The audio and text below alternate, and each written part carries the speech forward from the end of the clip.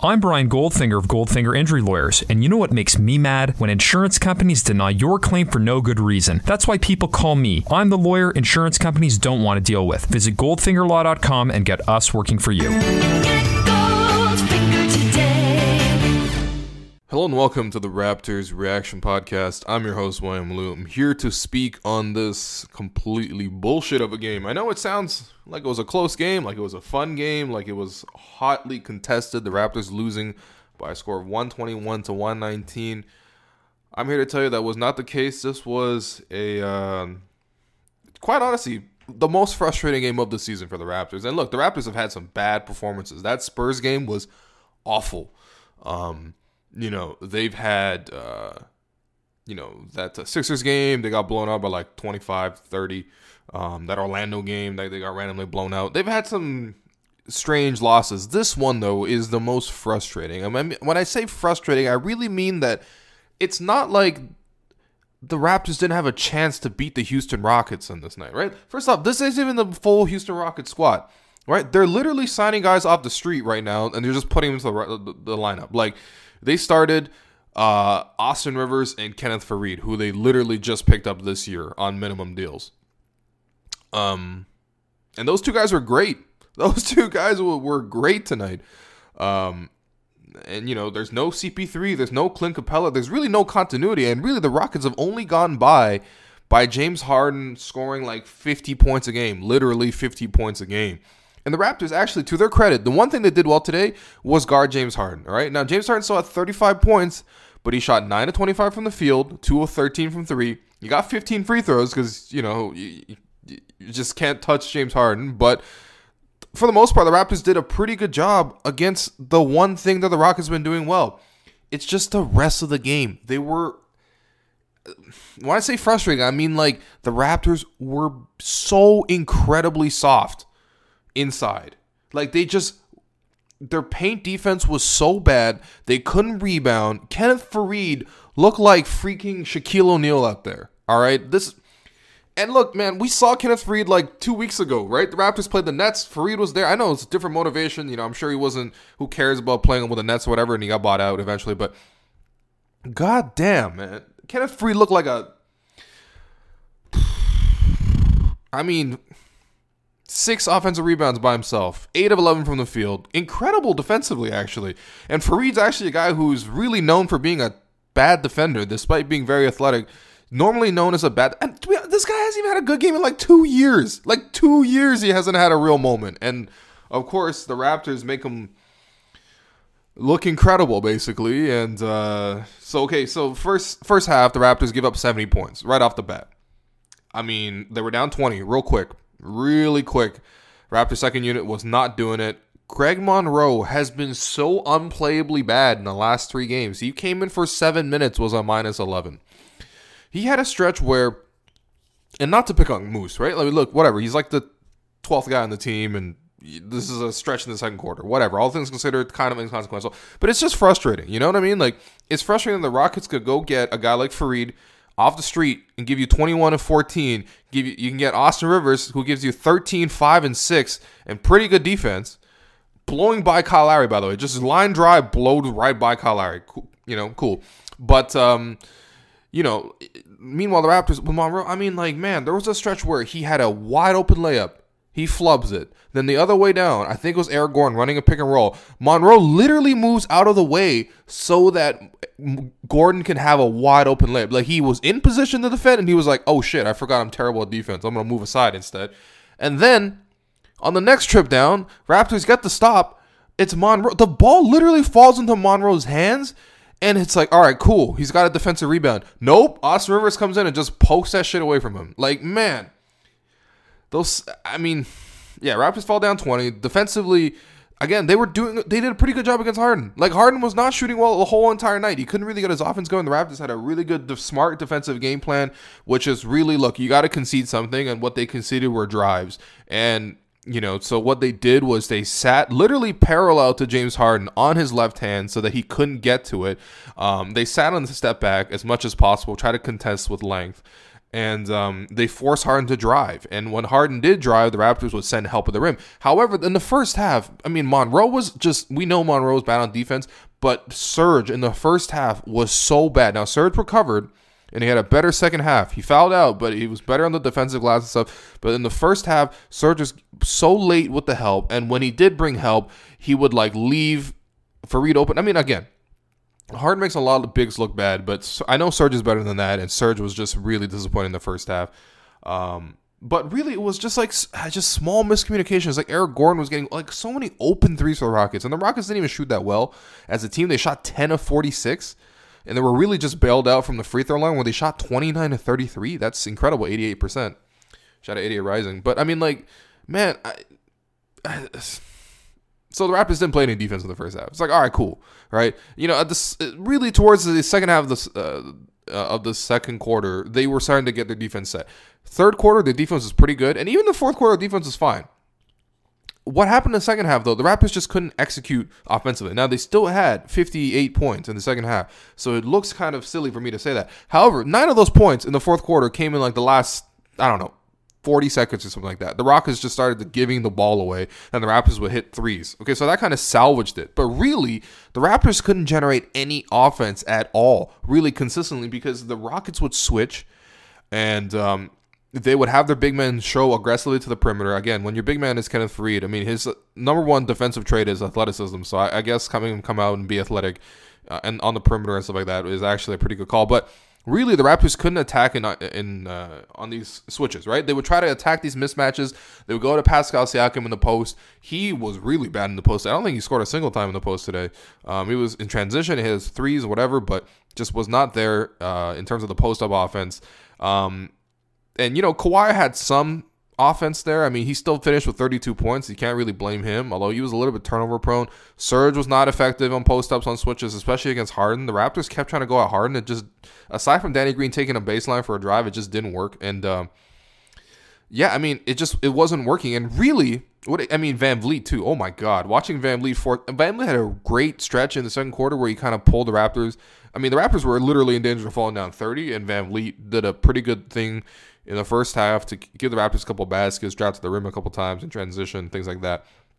But in the second half, in the fourth quarter especially, watching Van Vliet try to force a shot, Van Vliet's 5'2", and then he's going up against he makes Eric Gordon look like LeBron. The Raptors just cannot get a shot, right? Normally the Raptors go pick and roll over and over and over again. They get a lot of great looks in pick and roll. Serge gets his, pick and pop jumper. Siakam can roll to the basket. The Raptors can kick it out to the corner three, whatever, right? None of that was happening because the Rockets were switching everything. So there was no advantage. There was no pick and pop for Serge. There's nothing really for the Raptors to attack. They really just had to hit those mismatches, and they couldn't do it. They couldn't do it. Again, Leonard was decent at it, and he was productive, and he did his part. But really, what it really comes down to is the same issue that I've talked about on this podcast a couple times. The Raptors need secondary scoring. And you look at tonight, Kyle Lowry had 9 points on 2 of 9 shooting, 1 of 6 from the three-point line. Now, he had 11 assists, and he was doing a good job with that. But 9 points is just not going to get it done, period. 9 points is not going to get it done. It's just not – it's not enough. And it's not just 9 points. It's really the idea that, in the first half, the Rockets switched, and it was Faried guarding Kyle Lowry. And Kyle couldn't even get a good shot. He got a turnaround mid-range shot that was contested, and it didn't go in, obviously. But, it was just Kyle kind of realized, I can't get my shot tonight. And so he just stopped trying. I don't know. In the fourth quarter, it was Lowry plus bench. Usually Lowry plus bench, Lowry's handling the ball all the time. If he's not, he's aggressively trying to cut off ball, try to come around to screens, get open for three. Nothing. Really, really passive performance. He would rather have Norman Powell create an offense or Fred VanVleet create offense. That's the time where Kyle Lowry needs to come in and give you offense. The Raptors, they started the fourth quarter with an ultra small lineup where I think OG Anunoby was the center. I don't know, man. It was very confusing, and but they had a lot of guards out there, and they had a stretch. The Rockets were missing some open threes. It was a 10-point game. The Raptors could sort of cut into it a little bit. And they just really didn't because Kyle just basically took his foot off the gas. But he just just wasn't aggressive. He just wasn't aggressive. And 9 points, man. I know the guy's hurt. I get it, all right? But, like, damn. You know what I mean? It's not even like, okay, so Kyle Stope contributed, whatever, he did this. And of course he's going to contribute. He's a smart player. He's a veteran player. He was formerly a very good player. But, I mean, this season, like, when you need offense out of Kyle, has he created that? I would say no. I think it's clear that it's no. It's not even close to a yes, really. And it's, again, you got to look in the trends of these big games. These and whatever, you can define big games in all over different many ways, because people will be like, well, what about when he had the games against the Clippers and the Warriors, and it was like, Kyle was great. Kyle was great in those two games, definitely. No debate there. Kyle Lowry was great in those two games, right? But were there really pressure pack games? Were there any expectations? I mean, was it not November? Like, it's like, all right, cool. All right, I mean, cool. He had some of those games. Were the Warriors playing particularly hard in that game when the Raptors won? I don't think so. And were the Clippers playing that well? I mean, the Clippers were a complete no-show in that game. So when you look at the big games, like the big games, I mean, at Boston, right? November 16th, Kyle Lowry, in a 7-point loss. This was an overtime. Raptors, of course, had a chance to win in regulation. 3 for 12 from the field for 14 points. Kyle Lowry got the free throw line a lot that night, but 14 points, not exactly what you would expect. That Pistons game, a high pressure game at home at the ACC. Kyle Lowry said he wanted to beat Dwayne Casey, and what happened? Raptors lose by 2. Kyle Lowry in that game, 6 for 10, 14 points. Not great. You look at that. You look at that first Warriors game, 4 for 14, 10 points. Remember, he famously passed up that one shot, and he did hit a corner shot later on in that game, but 10 points is 10 points, and that's an overtime game where he played 41 minutes. And then Denver, at home, 1 for 7, 5 points. And then the Brooklyn game, lost in overtime, 3 points, 1 for 8. And then the day after, Milwaukee, 0 points, 0 for 5. Again, big game at home. The Raptors should not have lost that game, but they did lose that game because Kyle had 0 points. And, he missed some time, okay, and since he's come back, he's been up and down, really. He's had some positive performances, I thought, against Indiana, who was very positive, but today, man, just wasn't there. 9 points. And again, this is going to become an issue, all right? Kawhi can do a lot for you. He can really do a lot for you, and you can't really ask him to do more than 32 points on 19 shots. That's great. But someone else has got to carry that secondary scoring load. Pascal can get you points sort of out of hustle plays, out of sort of transition. And I know these things sound sort of menial, but when you total it all together, Pascal's going to get you like 12 to 15. And some nights he can give you 20. A lot of nights this year he's giving you 20. Serge can give you some points, depending on the way the defense plays the Raptors. Serge is going to get open a lot, and he's been pretty consistent in closing. Today, Serge wasn't open, so he just wasn't able to get shots. He wasn't able to create. Danny Green is able to step up his game. He had 22 points today. He was fantastic on both ends of the floor. And even a guy like Norman Powell can come in and give you some points scoring off the bench. He's really gotten better, and tonight I thought he was decent. But it really comes down to who is your secondary shot creator, right? When Kawhi Leonard sits for a while with the bench, right? When the bench is out there, someone's got to lead the bench, right? You put Kyle in there. Kyle used to be great with the bench. What's going on this year? What's going on? Is the back injury that bad? I don't know, but it's looking bad. And then, really, the worst part about this game was that the Raptors made this shambolic comeback because the Rockets decided to stop. Like, they just, forgot how to play basketball. Like, Kawhi came down, hit a 3, and then, the Rockets inbounded, but then PJ Tucker just, threw the ball out of bounds, and then the Raptors come back with another 3, and then the Rockets with another random turnover. I don't know what happened. Eric Gordon stepped on the sideline or whatever. And then the Raptors had Danny Green in the corner for 3 after the Raptors took 4 open threes and Pascal just kept getting the rebound. And then Pascal had an open 3. I don't know. But it basically came down to the Raptors had the ball back, down 2 with 15 seconds left. And you're thinking, wow, after this whole entire bullshit performance of the Raptors where they were just so inconsistent both ways, they still have a chance, right? They have a timeout. They call timeout. Nick Nurse, the man who replaced Dwayne Casey, because he is what many people had called for many years an offensive savant. He's this and this and this. He did all this stuff with the Rockets Vipers, whatever the hell their G League team is called. You know, they won some championships, and it's like, all right, Nick Nurse can come in and drop a brilliant play. You know, in the back of my mind, I'm like, I don't know. Nick Nurse hasn't really had that many, at least game on the line plays. You know, he's had a lot of good fourth quarter plays, and I've given him a lot of credit for those. And really, I've done so in the last 2 games. But end of the game plays, what has he really gone to, right? We had, Kyle Lowry in the backcourt against Washington, right?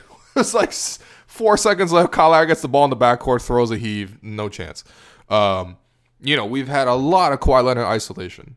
And it's either straight isolation or it's like one ball screen to get a good switch and then try to attack from there. And that's the one he chose today. So he called timeout. He didn't advance the ball. He had 16 seconds. He inbounded it straight to Kawhi, and it was very slow. It was not well executed. Norm came into screen so that, you know, they could get PJ off of Kawhi and they could put James Harden onto Kawhi. But then all they ended up with was like a leaning fadeaway 3 that was an air ball, and there was no, I mean, just a golden opportunity wasted, man. I mean, like, okay, you couldn't get a better shot than that. You really, really can't get a better shot than that. That's the best shot you can get, is Norman Powell screening for Kawhi Leonard so he could take a fadeaway 3 with a hand in his face. Harden actually played pretty good defense there. I mean, anyone will play good defense in that situation, but still, that's the play you come up with. No moving, no cutting, nothing. Just, all right, cool. Anyway, look, the Raptors lost. Is it a huge indictment on the team? No. Does it expose some worrying trends that have played out throughout the season? Yes. Kyle Lowry not being able to become the secondary scorer, and also Kawhi Leonard. And really, I mean, I don't even put it on Kawhi so much as I put it on Nick Nurse, because it's really on him to direct the offense. But the late game play calling has been trash.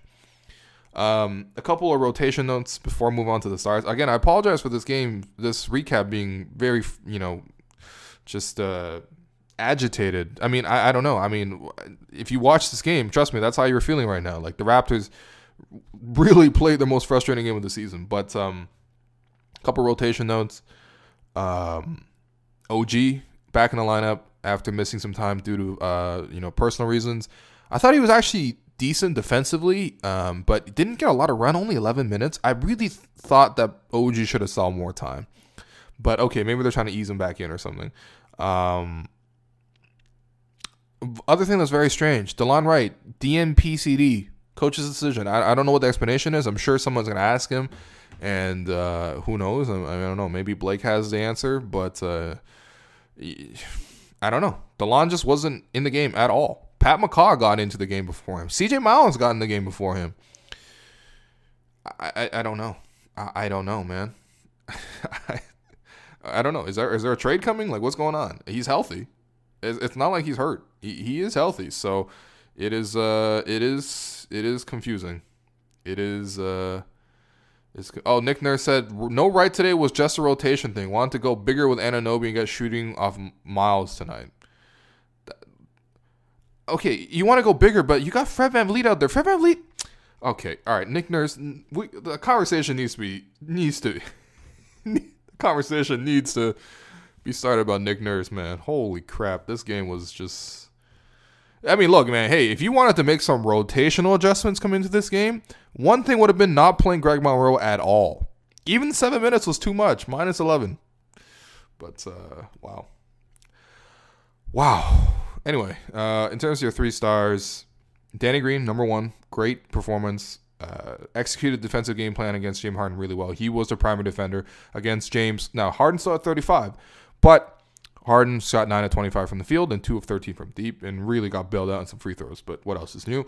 I would say Kawhi is number 2, 32 points, 7 rebounds, 5 assists, 2 steals. I would say the one thing I do agree with Nick Nurse. Nick Nurse did go and talk about how Kawhi deserved more free throws, and really the Rockets were incredibly physical. Now, if you play a switching scheme, generally speaking, the smaller defender is always allowed to get away with way more shit than a bigger defender would. Like, if it's a big defender against a small guy, everything gets called, whereas a small guy versus a big guy, nothing gets called. And the Rockets really used that to their advantage. They were very, very physical against Kawhi Leonard, and he could have easily gone to the line 15 times. Whereas Harden should really have gone for 7. You know what I mean? Like, that should be reversed. But, regardless. Okay, so, but even if there's a lot of contact, whatever, Kawhi's still going to produce. Even with PJ Tucker fouling him on every single trip down the floor. I'm not exaggerating. Every single trip. Kawhi, 32 points. Still contributed. The turnovers are not great. And obviously the end of game execution was not great. But, I don't know, man. Kawhi did his job. And then third star, I'll give it to Pascal. Weird game in which I look at the box score. I'm like, I can't believe he has 22 points, 12 rebounds, 3 assists on 9 of 15 shooting with 2 threes. But, I mean, he was just very ineffective in the post. But I guess otherwise he did so much in between in terms of hitting open threes, transition, putbacks, stuff like that, he gave the Raptors a chance to get back into this game. So, and then in terms of your Gerald Henderson award, I talked about out top. Kenneth Faried was... a man possessed, man. 21 points, 8 of 11 shooting, 14 rebounds. This man signed for the minimum, man. Meanwhile, we signed Greg Monroe for the minimum. It's tough. Anyway, the Raptors play again on Sunday. That podcast is going to come out a little bit later because I'll be seeing Mick Jenkins instead of this very sad, pathetic team. Especially, you know what? It's not a pathetic team. It's just every time they go to Texas this year, they've been really bad. There's a Spurs game. That was awful. And then this one's right up there with the Spurs game in terms of how frustrating it was. So hopefully it's not so bad against Luka Doncic and the Mavericks. I mean, they should be able to win that one, but who knows? This team has suddenly become very inconsistent. Like, who knows with this team? But, yeah, that's the game recap. I don't know. I'll be back on Sunday night a little bit later than usual to recap the Raptors game. Peace.